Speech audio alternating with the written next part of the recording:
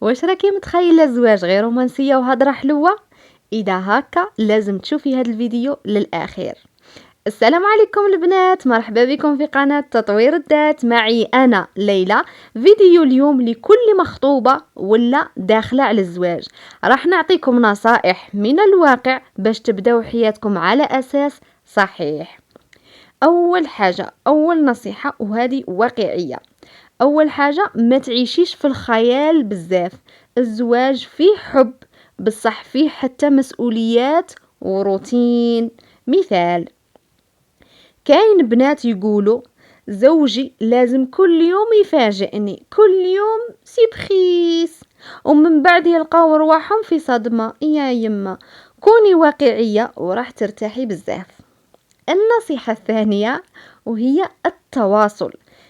ثاني حاجة، تعلمي تهضري مع خطيبك، ما تخليش الأمور في قلبك. مثال، إذا حاجة ما عجباتكش ما تسكتيش، قوليها بصح بهدوء. قول لها أنا باغي نهضروا على هاد الحاجة، على بالك باللي الحوار يحل 80% من المشاكل. النصيحة الثالثة واللي هي فهم الشريك. وش معناها؟ كل واحد وعقلية نتاعه، ماشي كامل كيف كيف. مثال، كاين رجال ما يقولكش نحبك، ما يقولكش نبغيك، ما يقولكش I love you، لا ما يقولهاش بزاف مرة، بصح هو يبينها بالأفعال. هكا هما جايين. ما تقارنيش كل علاقة بالعلاقة هذه، ماشي قاع رجال كيف كيف. النصيحة الرابعة وهذه مهمة، وش هي؟ الحدود مع العائلة. ديري حدود من البداية، وهذا شيء مهم بزاف بزاف. مثال، إذا كل شيء انتي راكي تقوليه لداركم، أي حاجة صغيرة ولا كبيرة كي تقوليها لداركم، هادو بالوقت يديروا لك مشاكل، والمشاكل تكبر. خلي بعض الأمور بينك وبين الزوج نتاعك فقط، خاطرش راكي باغا تبني علاقة بينك وبينه، وراكي باغا تكوني أسرة إن شاء الله. النصيحة الخامسة ويا حبيبتي وهي المسؤولية.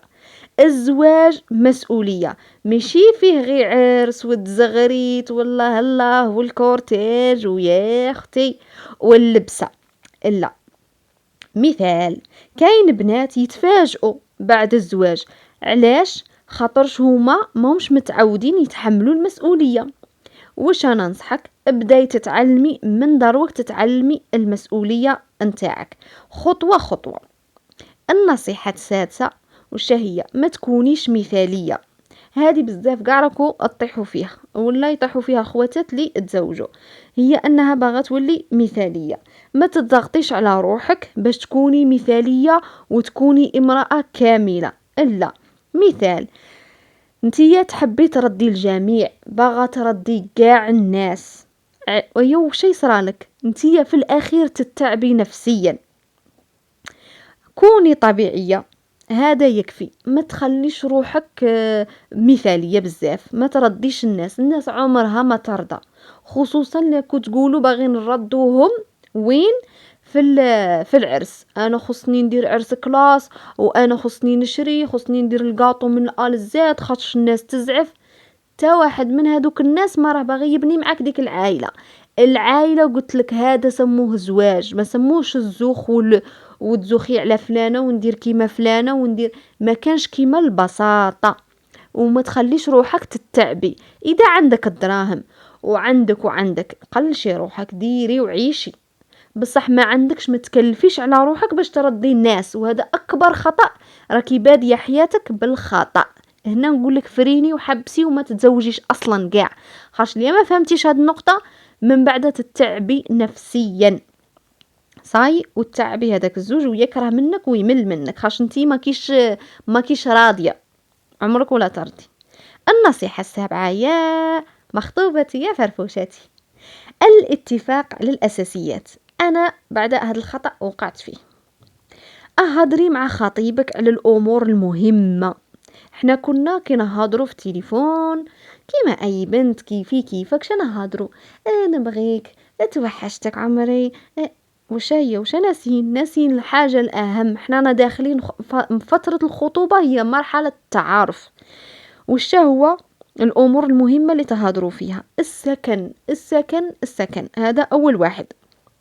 قول له وين تسكنني، يقولك سكنك في دارنا، بصح وليا ما تفاهمتش مع داركم، وليا ما بغاونيش، ليا ما فهمتش معاهم، ليا مهم ما نديرو يوم من بعد. صح نسكن مع داركم، انا تعجبني العائله ومن ما تبيني لاش كاع كلش، بصح قولها ايوا ومن بعد يجي نهار وين ندير انا وياك دار، يجي نهار وين خصك تعرفي خاش هذه حياتك، وما تقوليش حشمانه.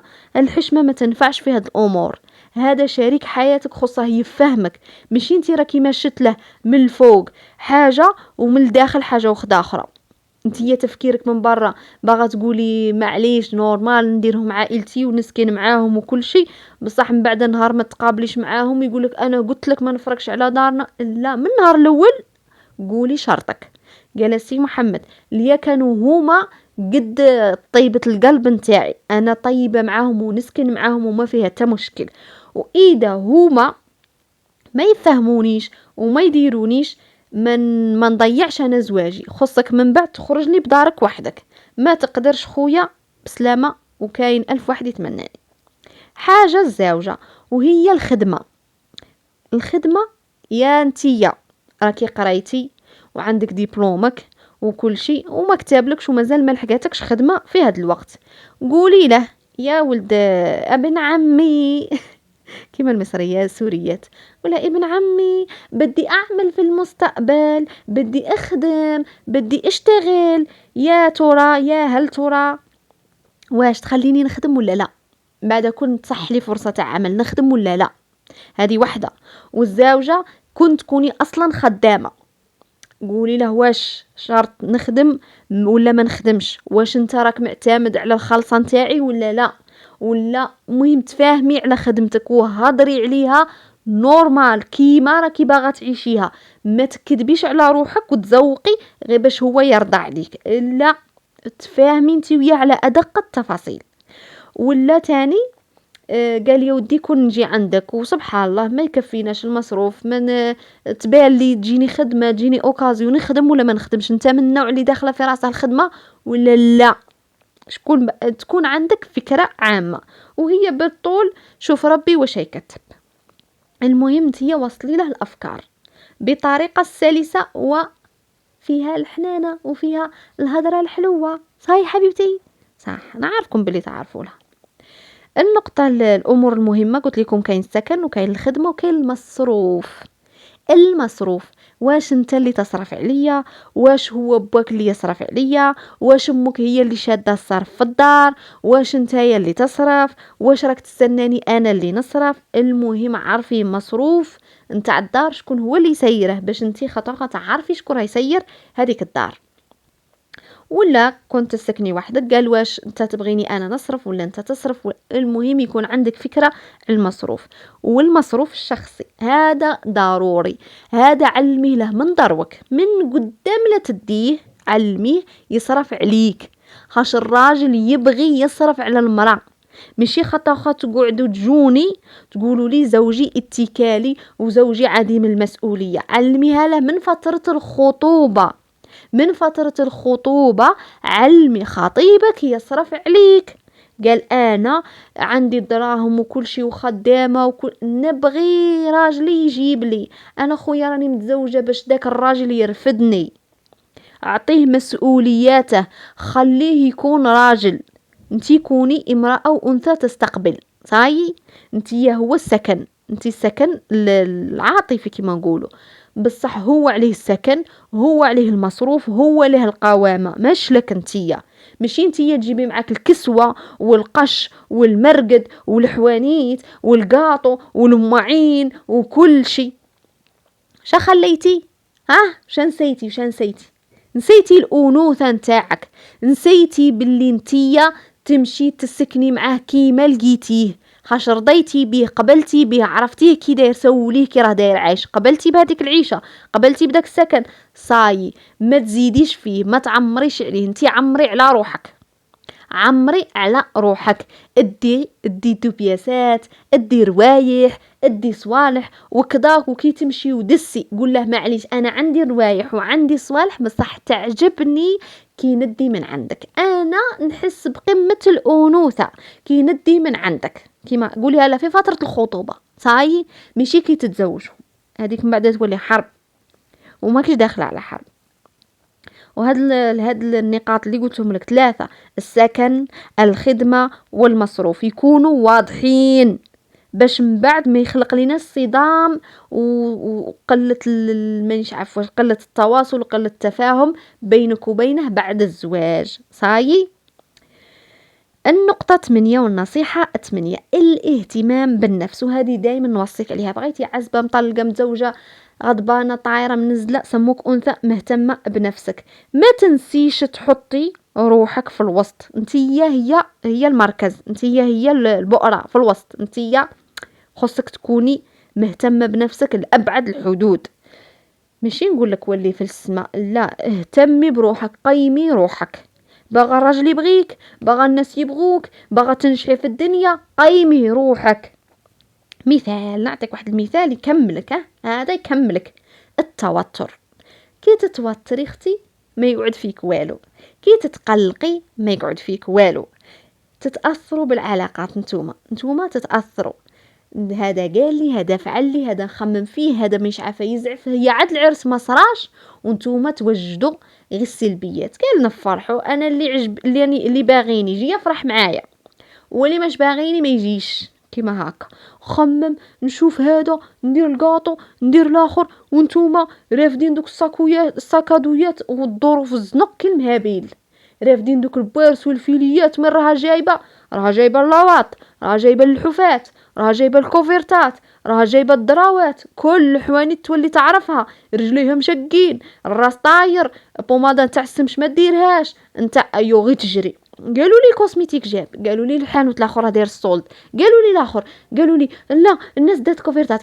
لا انتي راه عندك كوفرتك في داركم، راكي عايشه بها، هو راه عايش في كوفرته، والمرقد ما تديلهمش، هما عندهم المرقد، عندهم كل شيء، هما العرس اللي باغيين يديروا مش باغيين يديروا بمرقدك، هما عرس مفوتينه بلا بيك صاي. ما تدوش القش بزاف، قش سموها الشومبرا كي تمشي تعيشي فيها، ما يسموهاش معرض للاثاث، مش معرض ابدا، ماهيش معرض.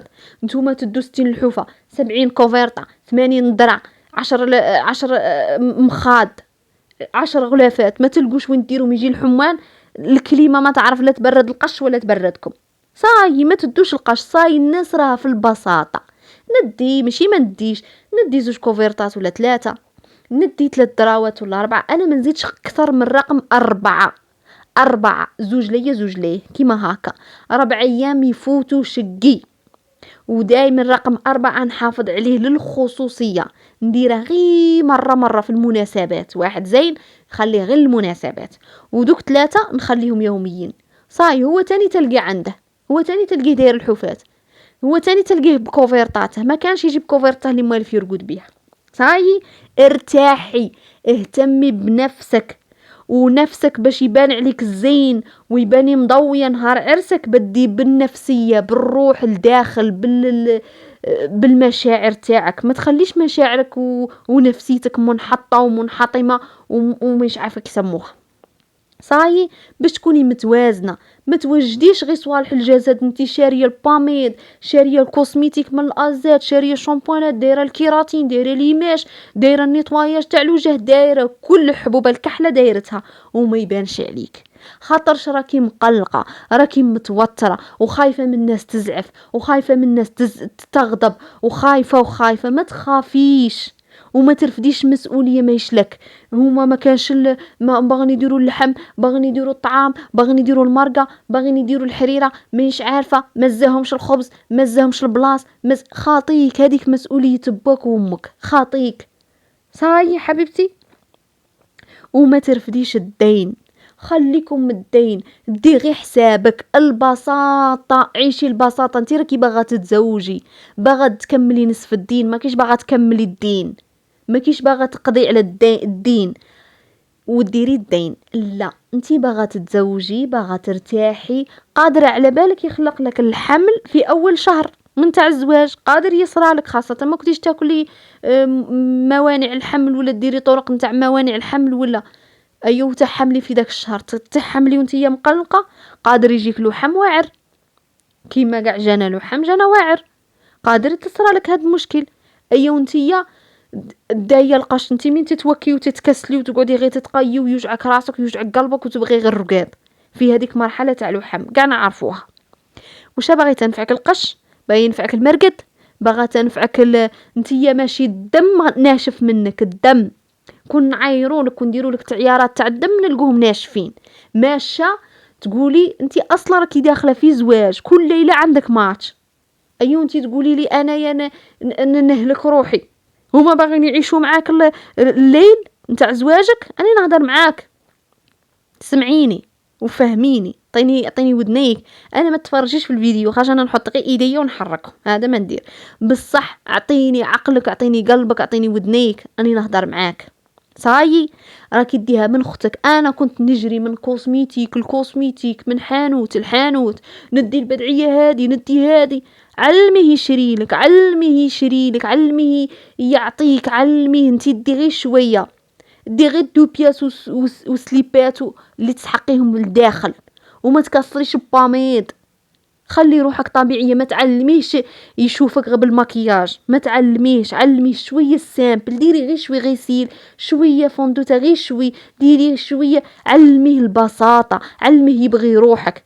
هو الراجل صح يتاثر بالجمال تاعك بصح غير اللحظه الاولى، من بعد يتعلق بك في الروح، خليه يتعلق بك روحيا. صاي وداك نزيدكم سلسله نتاع هاد المواضيع نتاع اللي ما قبل الزواج، خاص نتوما اللي تهموني الفئه اللي جايين طالعين كتر من اللي راهم متزوجين، خاص اللي راهم متزوجين شويه صعيبه خاطر هو قبض عليك، قبضتي عليه شويه تخلق المشاكل. بصح كون تكوني اصلا الزواج ماشي غير واحد وتزوج، الزواج راه ورقه وستيلو راهم يقروا عليه، فاهمه؟ ماشي غير تجيو تدخلي على عقليه وعلى عائله جديده. وماذا بكم يكون عندك سكن منفرد، تكوني وحدك، ولا عارفي ديري الحدود شنبرتك ليك وليه من اليوم الاول.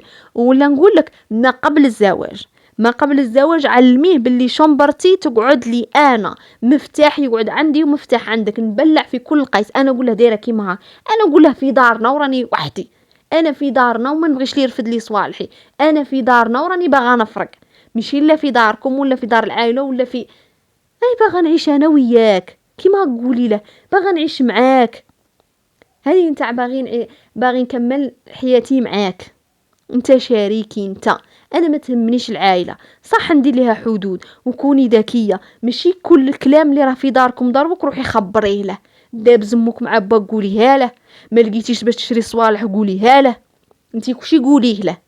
قلت لك سوليه على هاد النقاط كله، ما تسوليش وتجيبي لي الاخبار وتكتبيها لي في التعليقات. ايوا راكي تشوفي نخرج لك عندي واحد الابليكاسيونايه خرج ايدي ونشايفك نوريك هذيك اللي ضلي تجري في الزنق، راني شايفتكم انا كنت كيفكم تاني وندمت عليها. في الاخير الزواج رحله فيها صبر وحب وتفاهم، ما كانش علاقه كامله بصح كاين ناس يبغوا يكملوا مع بعض، هذه هي يرفدوا الهم لبعضهم، هذه هي الفائده. اذا عجبكم الفيديو ديروا لايك هذيك الجام هذا شتي داير محطوط قدامك هذاك هي لايك دركيها ما تخسري والو.